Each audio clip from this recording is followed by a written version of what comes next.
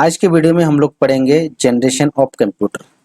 तो आप सभी लोगों का फिर से एक बार बहुत बहुत स्वागत है हमारे इस यूट्यूब चैनल पे। तो इससे पहले वाले वीडियो में हम लोग पढ़े थे डेवलपमेंट ऑफ कंप्यूटर, कैसे विकास हुआ, फादर ऑफ कंप्यूटर कौन है, चार्ल्स बेबेज के बारे में पढ़े थे। देखिए, पहला जो कंप्यूटर डेवलप किए थे उन्होंने, उस कंप्यूटर और आज के कंप्यूटर में बहुत फर्क है। ठीक है, टेक्नोलॉजी विकास होते गया, धीरे धीरे समय के साथ जो है ना जनरेशन चेंज होते गया।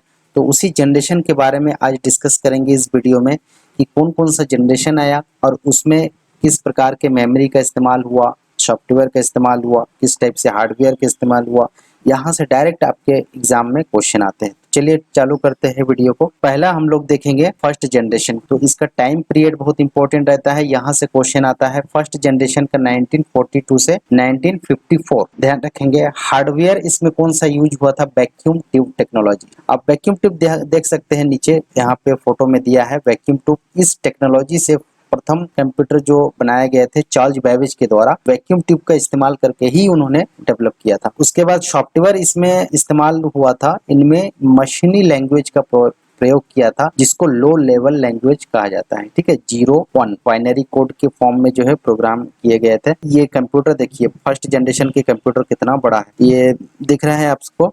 तो इसमें बाइनरी कोड, इसमें सॉफ्टवेयर के प्रोग्रामिंग के लिए और इसमें सॉफ्टवेयर के प्रोग्रामिंग के लिए टेप का इस्तेमाल हुआ था। यहाँ पे आप देख सकते हैं, आप इस फोटो में देख सकते हैं पंच कार्ड पेपर टेप कैसे दिखता है। इसका इस्तेमाल जो है फर्स्ट जनरेशन के कंप्यूटर में किया गया एज ए मेमोरी कार्ड के रूप में। ठीक है, आप पूछेगा फर्स्ट जनरेशन के कंप्यूटर है उनका नाम क्या है, तो इनेक, एडवेक, यूनिवेक, मार्क 1। ठीक है, ये फर्स्ट जनरेशन के कंप्यूटर का एग्जांपल है ना। इसके स्पीड देखेंगे तो 10⁻³ पर सेकेंड, और ये मिनी कंप्यूटर के अंतर्गत आता है। तो इतना चीज आपको ध्यान रखना है फर्स्ट जनरेशन के कंप्यूटर में। ठीक है, आई होप आपको समझ में आ रहा है।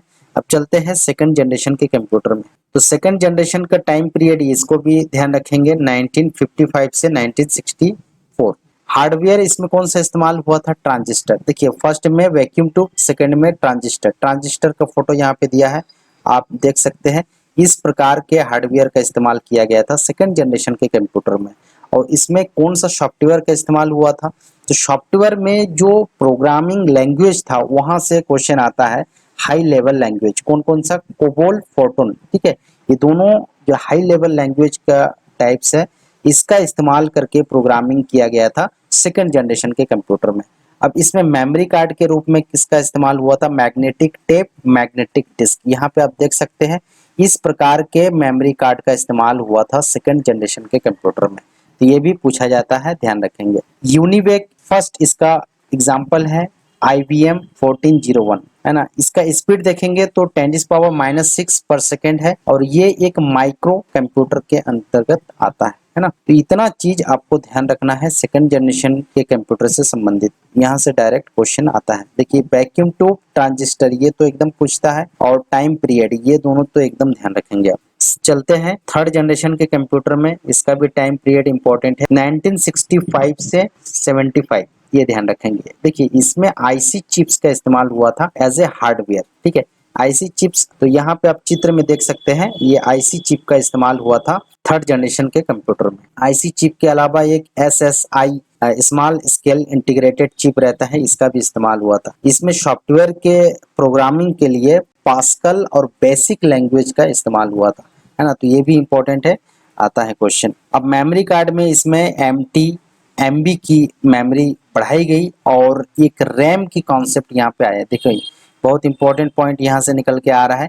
रैम की कॉन्सेप्ट या रैम की अवधारणा किस जनरेशन के कंप्यूटर में लाया गया? तो ये पूछा जाता है थर्ड जनरेशन के कंप्यूटर में। यहाँ से क्वेश्चन आता है। ठीक है, उसके बाद कंप्यूटर का एग्जाम्पल पूछेगा तो IBM 360, PDP 80, PDP 8, PDP 11, ये कुछ थर्ड जनरेशन के कंप्यूटर के एग्जाम्पल्स हैं।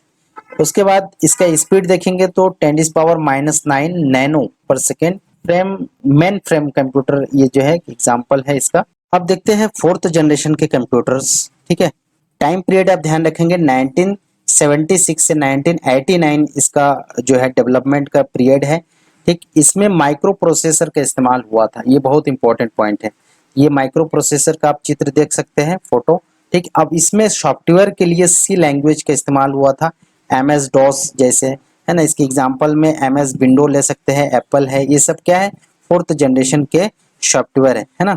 अब इसमें रैम की कैपेसिटी को बढ़ाई गई। देखिए रैम की कॉन्सेप्ट किस जनरेशन में लाई, थर्ड जनरेशन में। कि रैम की कैपेसिटी को किस जनरेशन में बढ़ाई गई, तो वो फोर्थ जनरेशन में। ठीक, सेमीकंडक्टर कंसेप्ट इसमें लाया गया था, ये बहुत इंपॉर्टेंट है। सेमीकंडक्टर कंसेप्ट किसमें लाया था, फोर्थ जनरेशन के कंप्यूटर में। इसके एग्जांपल है IBM पीसी, एप्पल का पीसी, पीसी XT, है ना, इंटेल 4004।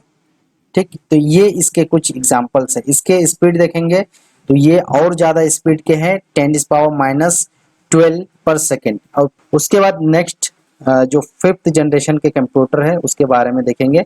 ये फिफ्थ जनरेशन के कंप्यूटर है और इसमें जो है 1990 से लेके अब तक जो चल रहा है ये फिफ्थ जनरेशन के कंप्यूटर के अंतर्गत आता है। जो आजकल आप लोग देखते हैं कंप्यूटर जितने भी है ना, सेल फोन्स हो गया, कंप्यूटर्स हो गया, तो ये फिफ्थ जनरेशन के कंप्यूटर के अंतर्गत ही आता है। इसमें लैपटॉप, पॉमटॉप, सेल फोन्स ये सब आता है और इसमें जो हार्डवेयर के रूप में माइक्रो प्रोसेसर का ही इस्तेमाल होता है आज। ठीक, इसमें लैंग्वेज चेंज हो गया है, C++ नोटबुक्स इसका इस्तेमाल होता है, इससे सॉफ्टवेयर डेवलप होते हैं। ठीक, और ऑप्टिकल डिस्क इसमें एज ए मेमोरी कार्ड के रूप में यूज होता है। ठीक है, CD, DVD। तो इसके एग्जांपल है IBM notebook, Pentium PC, Apple का पीसी, सुपर कंप्यूटर, ये सारे इसके एग्जांपल्स हैं। और ये एक मल्टीटास्किंग कंप्यूटर है। ठीक है, तो ये पांचों जनरेशन के बारे में डिस्कस किए हैं। आप लोग देख सकते हैं यहाँ पे फोटो, ये जो है फिफ्थ जनरेशन के कंप्यूटर के फोटोज है। इसमें जितने भी जनरेशन के सेल फोन है सारे के सारे जो है फिफ्थ जनरेशन के अंतर्गत आएगा। ठीक है, तो आज इस वीडियो में हम लोग जनरेशन ऑफ कंप्यूटर को अच्छे अच्छे तरीके से समझे हैं।